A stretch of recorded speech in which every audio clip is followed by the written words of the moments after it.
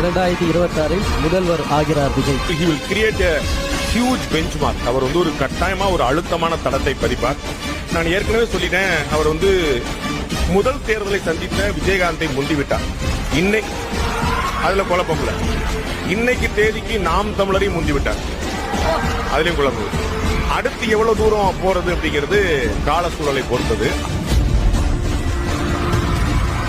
நாம் தமிழர் அண்ட் அதிமுக கூட்டணி 2026 நடக்கணும் அப்படின்னு நிறைய பேர் விரும்புறாங்க.